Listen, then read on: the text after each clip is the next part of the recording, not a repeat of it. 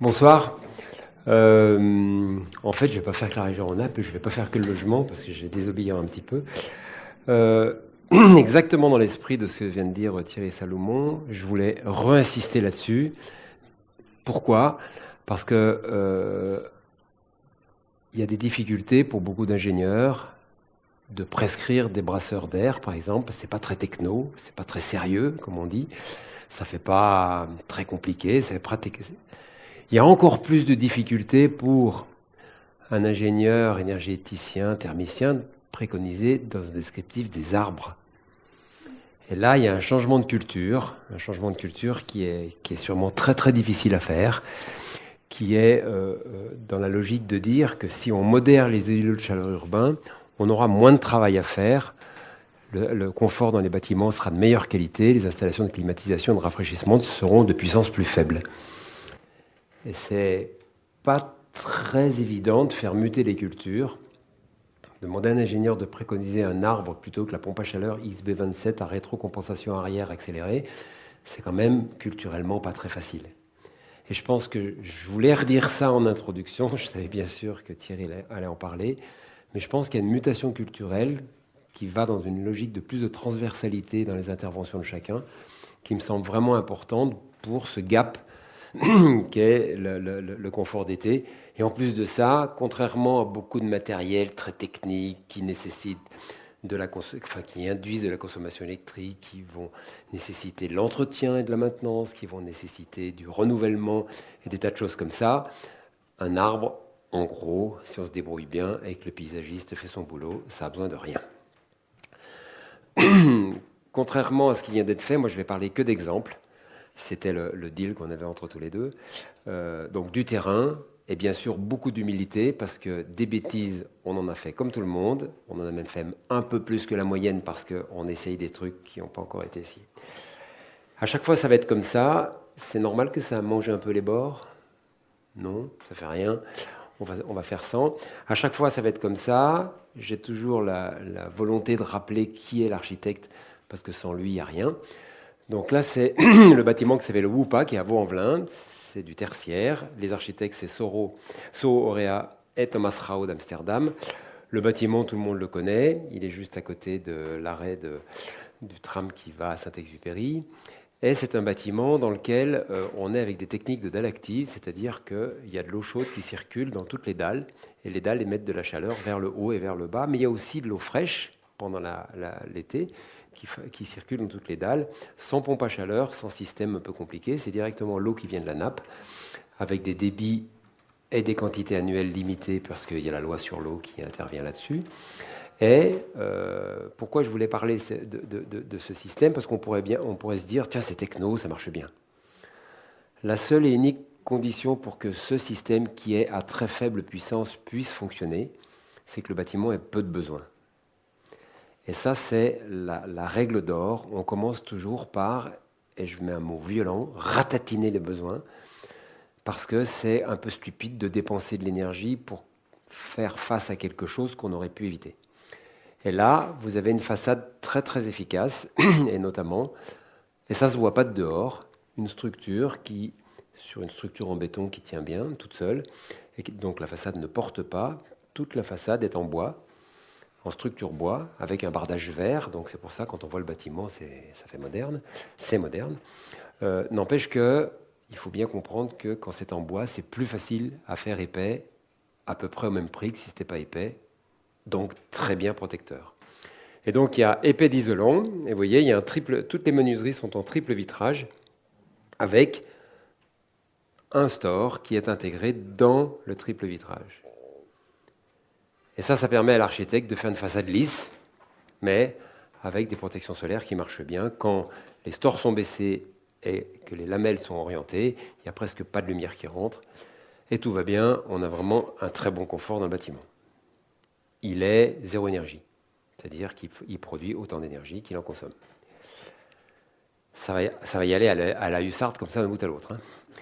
Journal La Montagne. La Montagne, c'est le progrès de Clermont-Ferrand. Le projet initial était comme ça. Et dans le cahier des charges, il y avait un truc clair, parce que ça, c'est un bâtiment, pour ceux qui connaissent Clermont, Michelin. Et le cahier des charges, c'était, il faut surtout que ça ressemble plus à du Michelin, puisque c'est un journal indépendant, local, et donc il fallait que ça fasse le journal. Voilà ce que les architectes en ont fait. C'est vrai que ça a changé un peu d'allure, et en gros, le bâtiment, on ne pouvait presque pas le toucher parce que la structure était assez fragile, donc ils l'ont empaqueté dans un machin en verre, et dans cette logique-là, voilà ce qui a été fait, une grosse isolation par l'extérieur avec 20 cm derrière la paroi verre, des menuiseries qui ont été toutes remplacées, une double façade qui vient devant pour masquer cet aspect que le maître d'ouvrage ne voulait plus voir, une super isolation en toiture, un renfort d'isolation ici, puisque la toiture ici est partielle, et puis, comme c'était sur terre-plein, une isolation périphérique pour le pont thermique au sol. Et là, c'est la double paroi qui est en construction. Et nous, on a profité de cette double paroi pour que cette double paroi devienne cette fameuse peau qu'on met autour et qui empêche les gains solaires. Aujourd'hui, c'est dedans la quasi-totalité des étages, c'est une rédaction. Donc il y a un mec tous les 1,50 m avec un ordinateur. Il n'y a pas un rayon de soleil, quelle que soit la saison, la période d'été, pendant toute la période d'été qui rentre. Donc, il y a une protection solaire qui est passive côté sud, parce que, comme vous l'a rappelé Thierry Salomon tout à l'heure, côté sud, le soleil est très haut. Et donc, comme on met une casquette de baseball, on a des caillebotis qui servent de galerie de visite aussi, qui font qu'on a une très bonne protection, les hauteurs de vitrage n'étant pas très importantes. Et les lamelles, vous voyez, on les a mis en travers du caillebotis pour que la protection soit encore meilleure. Mais côté façade nord, on les a laissés en travers dans le même sens. Comme ça, côté nord, on n'a pas le problème. La lumière rentre mieux. Côté pignon est et ouest, où là, le soleil est bas sur l'horizon, donc la casquette ne sert plus à rien. Hein. Si vous regardez avec votre amoureuse le coucher de soleil avec une casquette de baseball, vous êtes ébloui. Donc la casquette ne sert à rien. C'est pour ça qu'on a gardé les casquettes pour d'autres raisons d'incendie qui permettent de tourner autour. Mais des louvres verticaux ont été rajoutés uniquement sur les pignons est et ouest, et ils vont être asservis, ils vont tourner avec le soleil, très très lentement, puisqu'ils vont bouger d'à peu près 120-130 degrés en 8-10 heures, c'est-à-dire qu'on a beau s'écarquiller les yeux, on ne les voit pas bouger. Par contre, vous êtes en train de travailler, vous regardez, ils ont changé de place. Et grâce à ça, combiné avec le fait qu'on a une très très bonne ventilation de cette lame d'air là qui mesure entre 80 cm quand elle est étroite et 2,50 m quand elle est large, parce que vous avez vu que la façade est un peu toute comme ça. On a une super ventilation de cet espace qui fait que l'été, il ne fait absolument pas chaud dans cette double paroi, tellement elle est bien ventilée. On aurait bien aimé se servir de cette cheminée magnifique l'hiver pour réchauffer l'air, mais là, il y avait un pompier qui était à 6 mois de partir à la retraite, et il a dit qu'il ne voulait pas s'emmerder avant de partir en retraite. Donc voilà comment ça s'est fait. Le bâtiment terminé, tout à l'heure vous avez vu des plans, c'est une réussite, les gens sont contents, il n'y a jamais de surchauffe, il n'y a jamais de soleil qui rentre, les gens bossent comme des malades, parce que là, du coup, la charge, elle, la seule, devient uniquement interne avec les gens et une masse d'ordinateurs que vous n'imaginez pas. Une autre rénovation, c'est pour montrer que, tout à fait dans la logique de dire que plus le bâtiment est performant, plus il est sensible. Quand vous prenez un virage avec une 2 chevaux, vous mettez un coup de volant, ça fait un peu comme ça passe. Quand vous prenez le même virage avec une Formule 1, pas à la même vitesse, vous mettez un coup de volant, c'est dans le décor. Un bâtiment performant, c'est la même chose. Il y a le même rapport de performance entre un bâtiment standard et un bâtiment très performant, c'est qu'il est très sensible aux gains solaires. Et du coup, quand on fait des rénovations, il faut faire très attention parce que des phénomènes d'inconfort d'été qui n'existaient pas avant la rénovation, du coup, peuvent apparaître. Le bâtiment que certains connaissent peut-être, il est dans le 8e, qui était catastrophique l'hiver, catastrophique l'été, catastrophique en déperdition, catastrophique en confort, à peu près tous les inconvénients. Et nous, on est intervenu après qu'un diagnostic ait été fait et qui disait il faut mettre de la climatisation là-dessus, il faut à peu près 300 kW de climatisation, donc classique, on met machin. Et nous, on s'est dit on n'y arrive pas. Donc du coup, on a rajouté 20 cm de laine de verre en façade, en isolation extérieure. J'ai oublié que c'était Florent Valette, les architectes. On a rajouté 10 cm de polyuréthane sur les 10 cm qui existaient. On a mis du double vitrage. On a mis des super stratégies de protection solaire avec des BSO extérieurs sur toutes les façades. On a mis de l'isolant tout autour pour faire le linéique de pont thermique. Et pourquoi je cite cet exemple? C'est simplement pour montrer qu'une fois que le chantier a été terminé, la puissance dont il y avait besoin pour rafraîchir, parce que c'est une administration qui est très chargée en ordinateur, elle est passée de 290 kg à 80 kW. C'est ça la logique de diminuer les besoins. On aurait fait ce qu'on nous demandait, on aurait mis un groupe de clim de 300 kW, et ça marchait. Ça marchait. Sauf qu'on était en train de dépenser 210 kW pour rien. Au lieu de les dépenser pour rien, eh bien, on a travaillé l'enveloppe, empêché la chaleur de rentrer, empêché le soleil de rentrer, et du coup, voilà le résultat de cette jolie affaire qui est finie depuis quelques années. À titre indicatif, ça a dû être livré en 2008-2009, à l'époque où le BBC n'existait pas. Quand le BBC est arrivé, on a repassé à la moulinette et on est BBC 9, niveau BBC 9, c'est-à-dire que le bâtiment a été livré en 2008 ou 9 par là, et il était déjà RT 2012 9, alors que c'est la Réno. Pour montrer que si on se bouge un peu, c'est possible. Je voulais évoquer un autre petit projet, qui est le projet du groupe scolaire de Montretier, qui a été fait. Montretier, c'est l'ouest dans les monts du Lyonnais de Lyon, avec Techné Architecte. Le plan masse est ici, donc il existait un petit bâtiment de la commune, halte garderie, centre culturel. On a fait l'école maternelle sur un niveau et l'école élémentaire sur 2 niveaux. C'est un bâtiment plutôt sympathique, là on voit le plan masse. C'est un bâtiment qui est intégralement en bois, qui a une centrale photovoltaïque pour lui donner un peu de peps sur le côté énergie renouvelable. C'est un bâtiment qui est chauffé avec une chaufferie bois. Et pourquoi je voulais vous en parler? Vous avez bien compris que j'essaye de mettre en évidence un détail de conception, tout à fait dans la logique de dire qu'il n'y a pas une solution, il n'y a pas, surtout pas la bonne solution, mais il y a plein de solutions, il faut trouver le faisceau de solutions adaptées à chaque cas. Et voilà la coupe du bâtiment. Vous remarquez qu'il y a une espèce de grande circulation là, qui est tournée côté sud, à l'inverse de la vue, puisque la vue est côté nord.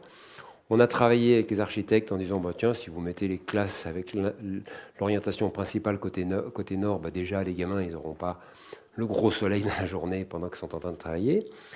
Et puis en plus c'est un seul volume. Et pourquoi je voulais vous montrer ça? Bien, voilà ce qu'on a fait en termes de ventilation. Donc vous reconnaissez la coupe de ce bâtiment, hein, c'est la même chose. Et là on a ce qu'on appelle une installation de ventilation mécanique double flux. Alors déjà, contrairement à ce que demande la réglementation c'est 12 mètres cubes heure par enfant, parce qu'on considère que les chérubins, ils sont des tout petits poumons, donc ils n'ont pas besoin de respirer beaucoup, alors que nous autres, on est adultes, et nous, c'est 18. Normalement, ça serait mieux, nous on fait systématiquement 30, c'est à peu près un standard européen, c'est aussi un standard HRAE américain. Et puis par exemple les Suédois, quand ils font des bureaux, ils sont à 60. C'est pas quoi, les Suédois sont super géniaux et que nous on est des cochonous. C'est que médicalement, c'est pas très très clair. En tout cas, il y a des médecins qui disent que le cerveau de ces chérubins a autant besoin d'oxygène que les adultes. Donc c'est pour ça qu'on leur a mis 30 aussi. Mais 30, ça fait à peu près un volume heure renouvelé en air neuf. C'est-à-dire chaque heure, on change la totalité de la classe. Et là, il y a des gaines ici qui soufflent l'air. Donc avec ça, on garantit que nos enfants ont la quantité d'oxygène, ou du moins qu'on leur enlève la quantité de CO2 qu'ils ont en trop. Ensuite, il y a une espèce de système un peu acoustique pour éviter que le bruit d'ici passe ici ou inversement. Et on a une gaine ici qui reprend pour la globalité.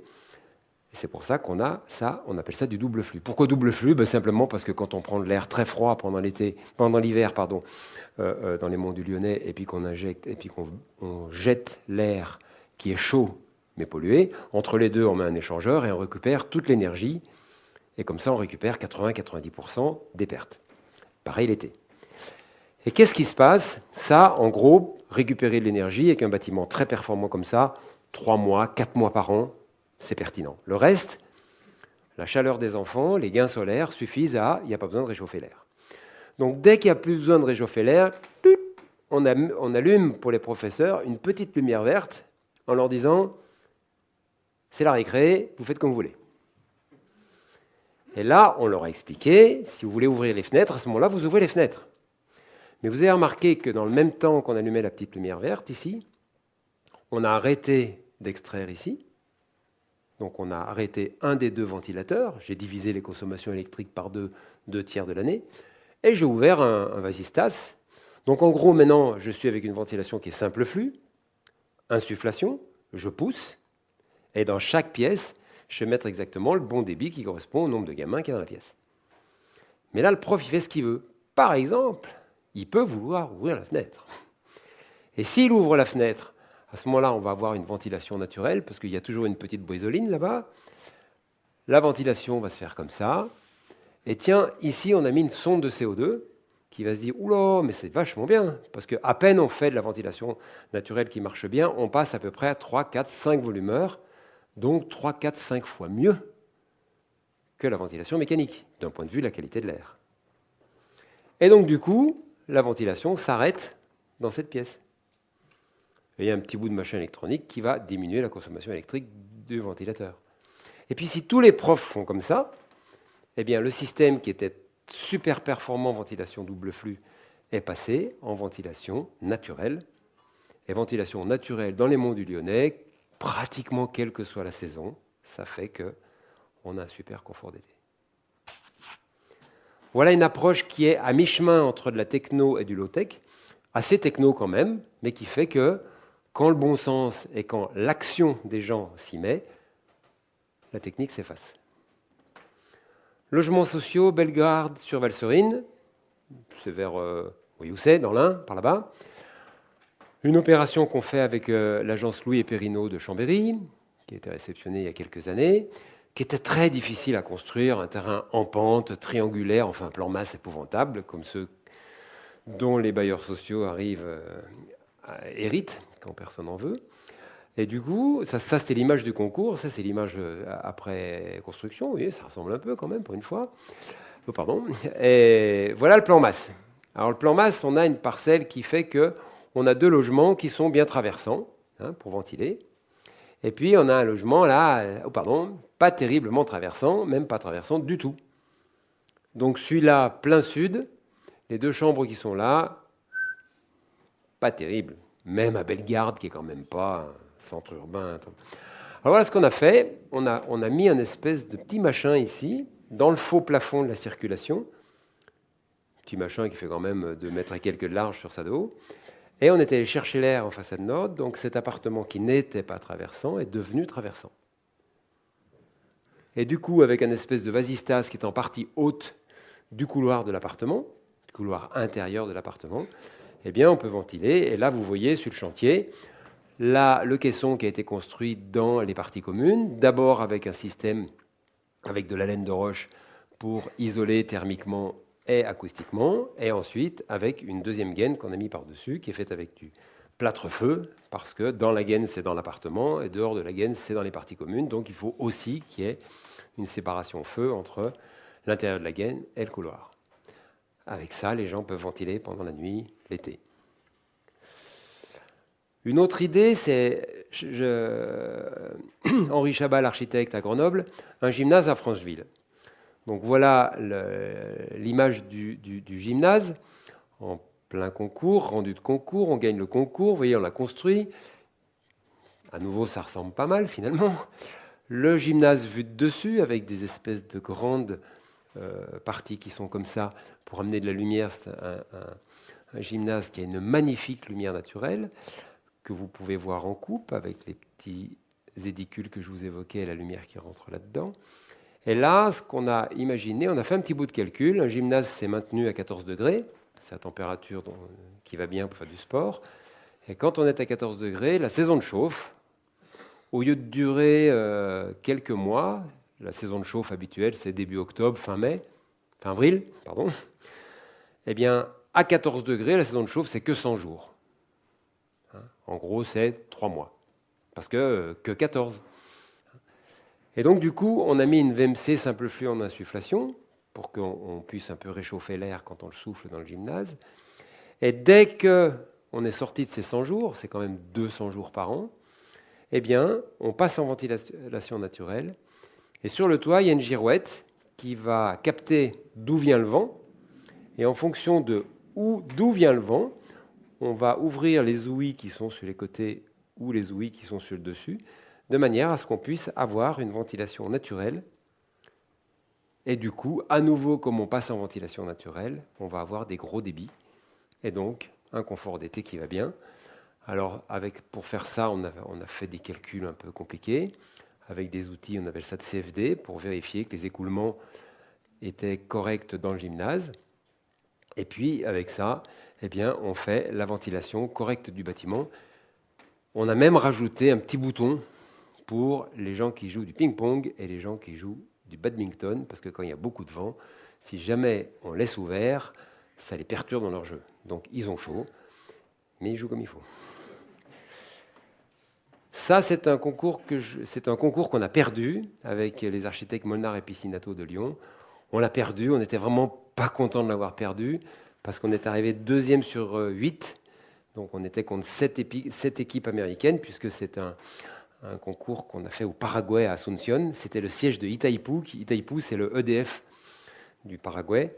Et voilà le sujet, c'était leur siège, plus un centre de conférence. Et ici, on voit un peu des bureaux qui étaient 5000 m² de bureaux, leur siège ici, et puis cette espèce de table ici, un centre de conférence. Et pourquoi je vous parle de ce projet-là? Eh bien parce que, alors quelques images de rendu, voilà ce qu'on a fait. On a mis un espèce de... Parce que les réglementations incendie ne sont pas les mêmes que chez nous, donc il y a des trucs qu'on a le droit de faire qu'on n'aurait pas le droit de faire chez nous.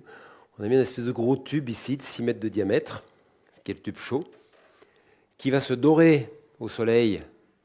Donc nord-est, n'oubliez pas que c'est dans l'hémisphère sud, donc en fait c'est comme si c'était sud-ouest chez nous. Donc là-dedans, on fait un tirage thermique d'enfer, parce qu'il fait très très chaud au Paraguay l'été, et il fait très très humide.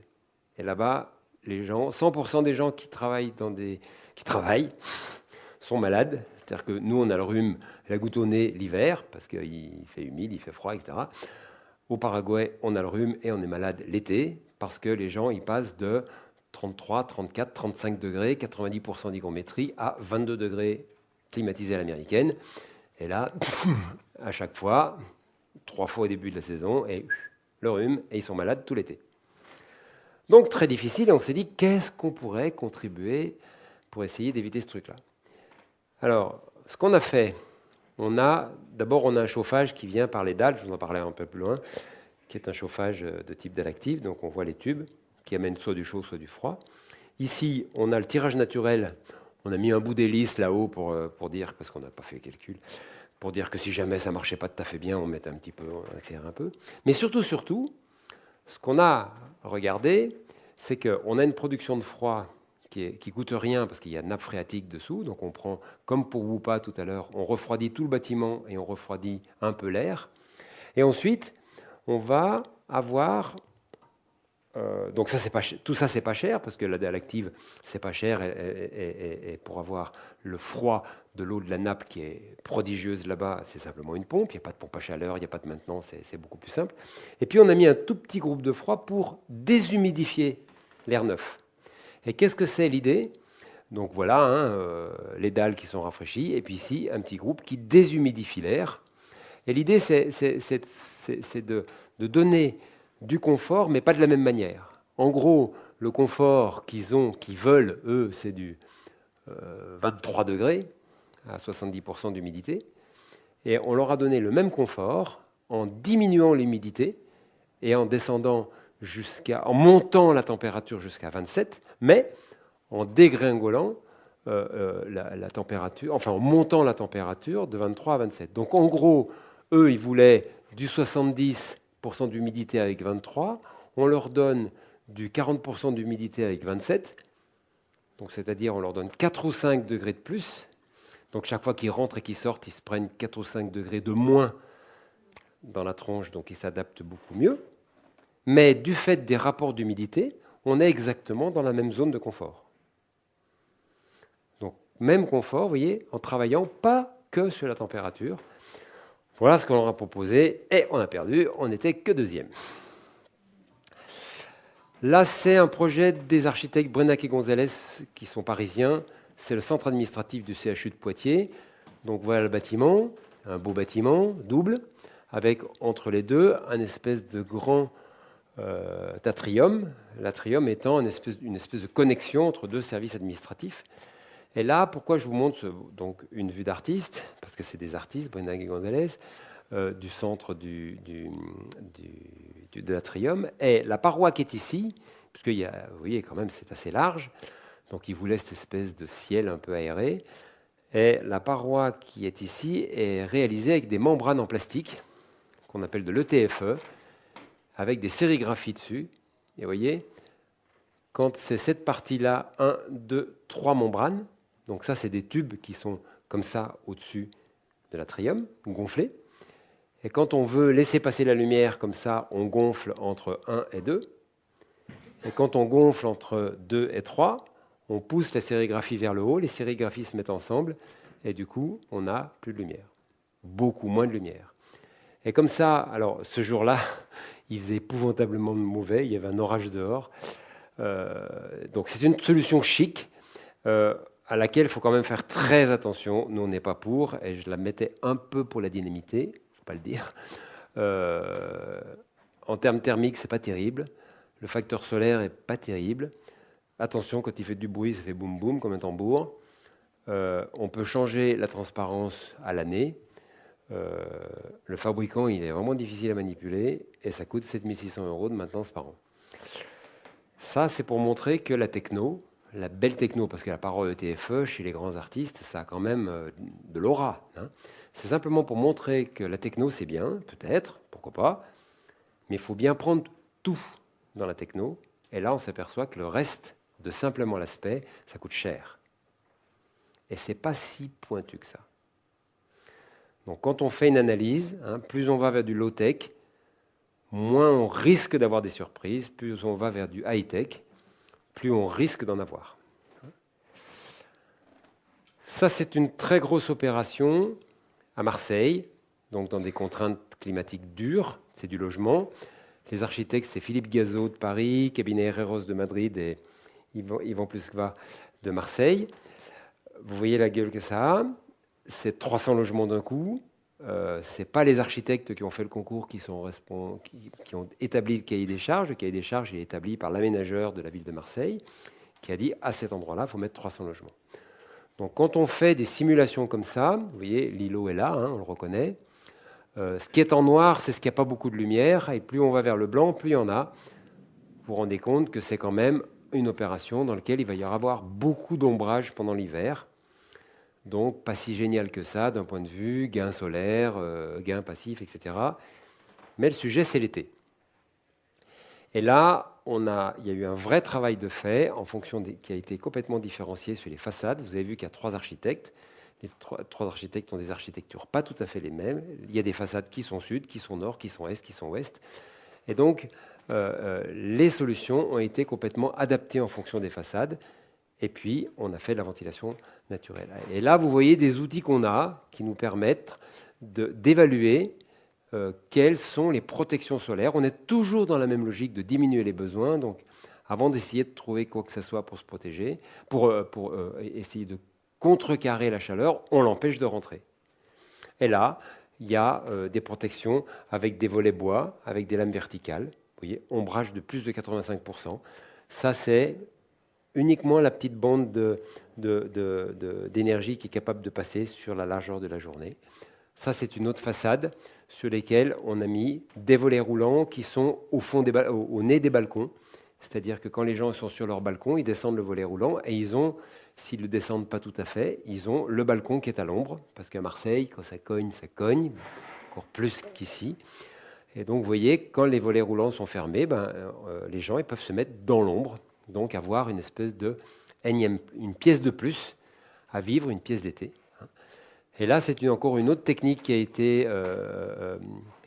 été mise en place, c'est un mouchard à biais métallique qui est mis devant et qui fait filtre et que les gens peuvent bouger en fonction de l'hiver, l'été, le soleil, pas le soleil, et qui sont renforcés quand on est sur les duplex.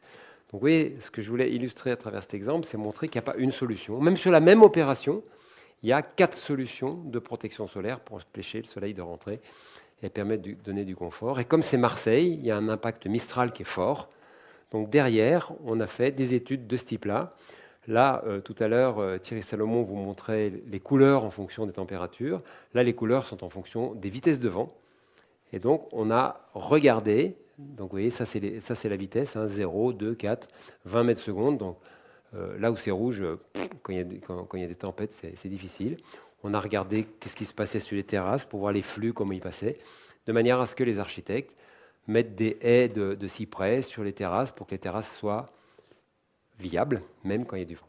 Donc, vous voyez, là, on est dans les deux logiques, le côté température et le côté vent, pour voir les impacts de la ventilation naturelle. L'ECAM Strasbourg, donc ça, c'est l'école catholique des arts et métiers à Strasbourg. Donc, vous voyez, on ne voit pas, il y a le bâtiment miroir qui est de l'autre côté. Et en fait, je voulais vous montrer cette rue. Vous voyez, une grande rue qui fait 2,5 étages de haut. Et là, on aurait pu se dire, ça va être la catastrophe, puisque cette façade-là, c'est la façade sud. Eh bien, l'été, c'est ultra agréable. Pourquoi? Parce que dans les deux pignons qui sont au bout, il y a des grandes baies vitrées qui sont capables de s'ouvrir. Ça, en plein été, c'est complètement couvert. Et comme ça, il y a encore 2,50 m de vitrage ici. L'architecte, on a travaillé avec lui des espèces de grandes ailes d'avion. Et comme c'est la façade plein sud et que le soleil est très haut à ce moment-là, même s'il y a ça d'espace entre chaque ailette, ça fait qu'il n'y a aucun rayon solaire qui rentre. Donc il y a plein de lumière et il fait bon, parce que cette partie-là est protégée par des volets roulants extérieurs. Vous voyez, encore une autre solution, mais qui fait que cette rue, dont la directrice était terrorisée, parce qu'elle se disait on va crever de chaud, parce que dans mon ancienne école, il y avait une verrière qui était 10 fois plus petite et on crevait de chaud, eh bien, ça donne un espace à vivre. Ça, un très gros immeuble à Genève qu'on est en train de concevoir avec la Catron Vassal, architecte à Paris, où on a un socle de commerce, 5 étages de bureaux et 14 étages de logement par-dessus. Et là, pourquoi je voulais vous montrer ça? Parce que c'est de l'architecture la Catron Vassal, donc tout en vert, mais avec à chaque fois des espaces servants, des serres, des espaces servants pour la partie bureau. Et l'idée, c'est que grâce à des rideaux thermiques et à des rideaux de protection solaire, la température dans les logements est maîtrisée et la température dans la serre est chaude l'hiver, mais du coup on prend l'air de la ventilation, donc on fait un préchauffage d'air, et l'été on est à l'abri. Et malgré ça, de vraies difficultés de projet, comme ce n'est pas des techniques habituelles, le maître d'ouvrage a la difficulté de s'approprier le sujet. Les cultures suisses, parisiennes, savoyardes sont à mélanger, pas si facile. Et on a une tripotée de règlements qui viennent se croiser, qui n'intègrent pas ce type de choses, un peu de la même manière que la RT n'intègre pas les brasseurs d'air.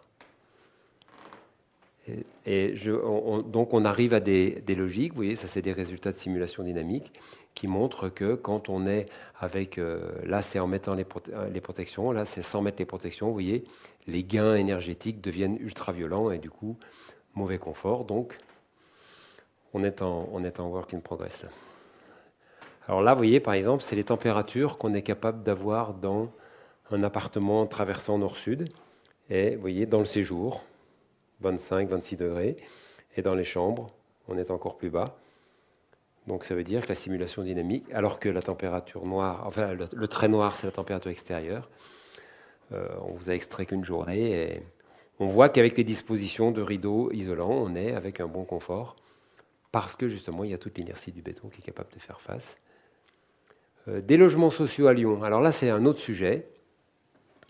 C'est Cour Gambetta, un immeuble qui est fait par Hervé Vincent, architecte à Lyon, et qui a une caractéristique, c'est qu'au pied de cet immeuble, ici, il y a le Cour Gambetta. Bon, vous savez, le Cour Gambetta, c'est un chemin de campagne très silencieux pendant toute la nuit. Donc, dans tous les manuels de confort d'été, on parle de ventilation nocturne, naturelle, transversale. Ça fait très poétique, ça fait très Marguerite, fleur bleue dans les cheveux. Sauf que quand il y a 2 fois 3 voix qui passent en bas, ça fait tout de suite moins glamour. Voire même pas possible de ventiler la nuit. Donc aujourd'hui, ce bâtiment qui est fini d'être construit, qui a eu un peu une livraison difficile, mais maintenant tous les problèmes sont réglés, on a mis en place avec l'architecte des protections solaires très efficaces en façade sud et ouest, qui sont des volets métalliques pliables. Donc là, tout est manuel, géré par les gens font ce qu'ils veulent. On a au fond des séjours, au fond des loggias, enfin sur le nez des loggias, on a la possibilité d'éléments qui se règlent comme ça et qui se règlent en coulissant. Donc ça veut dire que presque l'été, on peut faire l'ombre totale dans la loggia. Donc une loggia plein sud est à l'ombre, elle devient un endroit agréable. Et ce qu'on a fait, c'est que on a un vrai sujet, puisque on est dans une logique de se dire comment on va faire pour ventiler la nuit s'il y a trop de bruit du fait de la chaussée. Ça, c'est un peu une vraie difficulté. Hein, on ne sait pas faire, il n'y a pas de solution. Faire des ventilations de cette taille-là qui sont efficaces sur le plan acoustique, c'est un peu dans les livres. Hein. On sait très bien mettre ça à l'entrée d'un ventilateur, etc., etc. Mais à l'entrée de chaque fenêtre, c'est simplement pas possible. Et nous, ce qu'on a proposé, c'est de mettre un système de chauffage de type dalle active, c'est-à-dire que les tuyaux, au lieu d'être dans un plancher chauffant, ils sont dans la structure, et la chaleur va rayonner vers le haut et vers le bas. Donc les gens qui sont ici ont un flux qui arrive du plafond et un flux qui arrive du sol. Donc du coup, comme par rapport à du plancher chauffant, on a 2 fois plus de surface, on a en plein hiver la température de surface ici qui est 1,5 degré de plus que l'ambiance seulement.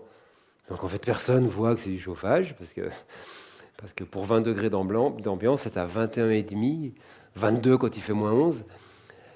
Et ce qu'on se dit, voilà un peu comme c'est installé, et ce qu'on se dit, c'est qu'à terme, dans 20 ans, dans 25 ans, quand le changement climatique se mettra à cogner vraiment, c'est-à-dire que ça sera vraiment plus possible de dormir avec la fenêtre ouverte, avec la fenêtre fermée, eh bien, on pourra tout à fait imaginer que dans ces tuyaux, on fait circuler l'eau de la nappe, qui est très présente à Lyon. Et donc, pour quelques poignées de dollars de plus, à l'échelle de 90 logements, ça représenterait 30 000 euros par là, eh bien, on pourra faire du rafraîchissement dans du logement social. Donc, permettre à du logement social situé en zone acoustique très contrainte d'avoir quand même un confort d'été de très très bonne qualité. Nous, on a trouvé que la projection était plutôt intéressante.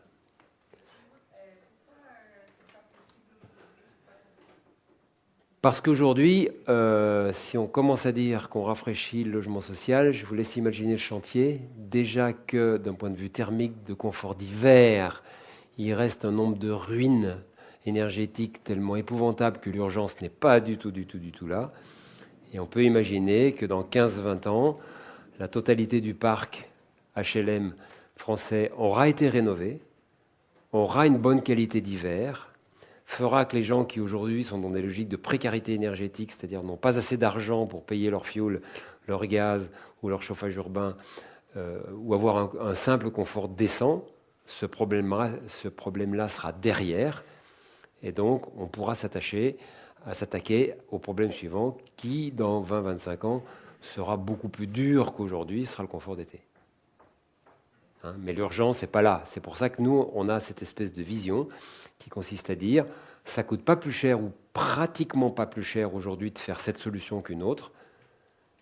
Par contre, dans quelques années, on saura faire. Hein, alors que si c'est du chauffage avec radiateur, ben c'est du chauffage avec radiateur et puis ça sera toujours du chauffage avec du radiateur. Il n'y aura jamais possibilité de faire quoi que ce soit sur un rafraîchissement. Ça, c'est une école d'infirmière. Je vous l'ai montré. Donc voilà la coupe de l'école d'infirmière. Et ça, c'est des simulations qui montrent l'impact de enlever les faux plafonds ou pas. Tout à l'heure, Thierry Salomon vous a parlé de l'inertie, hein, c'est-à-dire la masse qui est capable d'absorber de la chaleur pendant la journée. Mais regardez dans cette pièce, où est la masse? La masse du sol, il y a un peu de la moquette qui empêche de l'intéresser. N'empêche que le béton est juste à vos pieds. Mais la masse du plafond, elle est complètement isolée par un faux plafond technique qui fait que tout le béton de la structure du dessus ne sert pas à améliorer le confort dans cet amphithéâtre.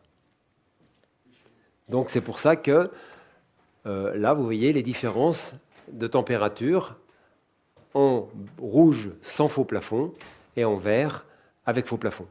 Vous voyez l'impact d'enlever le faux plafond pour refaire intéresser l'inertie au contrôle de l'ambiance. Et là, c'est un autre exemple. On voit que c'est un petit peu moins flagrant. Là, c'est encore un autre exemple où là, c'est un petit peu encore moins flagrant. Pourquoi? Parce que là, simplement, c'est des salles de réunion. Donc, comme c'est des salles de réunion, les salles ont des taux de ventilation extrêmement élevés parce que du coup, comme il y a beaucoup de gens, eh bien, on est obligé de mettre beaucoup plus de ventilation par local. Et du coup, eh bien, c'est la ventilation qui lisse tout ça et qui empêche qu'il y ait ces écarts. Alors, pour conclure, deux ou trois idées. La première, c'est faire participer le territoire. Ça nous semble très important de voir comment on peut mettre des arbres, on peut se débrouiller avec l'eau du territoire, de faire qu'autour des bâtiments, il fasse moins chaud, et donc du coup que le bâtiment n'ait pas à supporter la totalité des effets de ce changement climatique. Donc en gros, éclaircir la ville, garder l'eau, et plus de verre, planter des arbres, il faut partout. Ensuite, imaginez que les modes de faire, c'est-à-dire ce qu'on a dans la tête, la culture des ingénieurs, la culture des architectes, la culture des maîtres d'œuvre, des maîtres d'ouvrage, la culture des gens qui vont bientôt habiter, soit aussi important que la technique. L'exemple que je montrais tout à l'heure montre que la technique a des limites et que la manière de faire, c'est aussi important. Et il n'y a pas de solution miracle, vous avez vu, il y en a 40 là. Une autre conclusion, c'est comment permettre aux usagers, même les inciter à se prendre en charge. C'est-à-dire, si tout est automatique, un jour ça tombera en panne, de toute façon, et puis on ne prend pas cette conscience. Tandis que si on permet, si on rend les usagers actifs, ils vont s'occuper de leur confort, et souvent, ça sera avec des très bons résultats. Ensuite, travailler un peu les architectes, ça c'est pas à la mode pour l'instant, faire qu'on sache faire de la ventilation transversale et de l'éclairage naturel. Et puis, dans la tête de beaucoup de bureaux d'études, de beaucoup d'architectes, la ventilation naturelle, c'est ouvrir les fenêtres. Ben non, ouvrir les fenêtres, c'est pas de la ventilation naturelle. Bien sûr que ça marche. Je suis là, j'ouvre la fenêtre. Ah, il y a un orage, je ferme la fenêtre. Si vous avez le même sommeil que moi et que puis vous ouvrez la fenêtre avant d'aller dormir, s'il y a un orage dans la nuit, le matin, vous vous réveillez, il faut les bottes. Donc ça veut dire qu'aujourd'hui, il faut sortir de cette logique. La ventilation naturelle, c'est simplement ouvrir les fenêtres. Il faut rentrer dans une logique plus réfléchie, plus aboutie, dans laquelle on intègre la pluie. Comment je fais pour faire de la ventilation naturelle à travers un trou qui ne craint pas la pluie? Les intrusions. Alors les intrusions, il y a les méchants, bien sûr. On ne va pas demander à quelqu'un d'ouvrir sa fenêtre dans le logement social au rez-de-chaussée, puis voir les gens passer, puis s'endormir. Mais il y a aussi des trucs tout bêtes, comme les oiseaux. À la Cité de l'Environnement, ils ont un vrai problème, parce qu'ils ont mis des super systèmes de ventilation naturelle, sauf que les oiseaux rentrent par les systèmes de ventilation naturelle nocturne. Alors, c'est pas grave en soi, sauf qu'il y a des systèmes de détection d'intrusion et qui se mettent à faire ouh. Donc après, il y a le choix. Soit on laisse peut-être rentrer les voleurs, parce que si on met de l'intrusion, c'est qu'on imagine qu'il peut y avoir. Et puis ça ventile. Soit on met le système d'intrusion, mais on ne fait pas ventiler. Ou alors on y pense. Pas facile. L'acoustique, attention, si on fait de la ventilation, que c'est la cata. Puis des trucs tout bêtes. Je suis une maman intentionnée et je fais de la ventilation naturelle pour que mon chérubin ait une température tranquille pour qu'il passe sa nuit. Sauf qu'on est en plein mois de juin et que c'est 8h30, mon grand, il faut aller te coucher, et qu'il fait grand jour. Et à 5h, il fait jour. Donc comment faire pour faire un trou de ventilation naturelle pour une zone nuit, une chambre, mais qui ne laisse pas passer la lumière? On sait faire, simplement il faut y penser. Encore une fois, ce n'est pas simplement une fenêtre. Voilà. Donc, imaginez ça c'est une chose sur laquelle on travaille beaucoup. Imaginez des fonctionnements différents des bâtiments et des logements entre l'hiver et l'été. Ça, c'est un vrai travail qu'on fait avec beaucoup d'architectes en ce moment. Est-ce qu'on vit, par exemple, ce qu'on fait à Marseille en reportant la protection solaire au nez de la loggia, fait que, en gros, avec la météo de Marseille, on donne une pièce de plus à vivre aux gens pendant 5-6 mois de l'année. C'est vrai que les appartements sont un peu trop grands maintenant, donc ça ne sert pas à grand-chose. Une vraie stratégie de protection solaire, souvenez-vous de cette image, elle fait mal. Donc si on n'a pas de stratégie de protection solaire, c'est sûr, on aura mal. Sûr. Et puis, en élargissant un petit peu, parce que ce n'est pas le tout d'être que technique, effacer le carbone.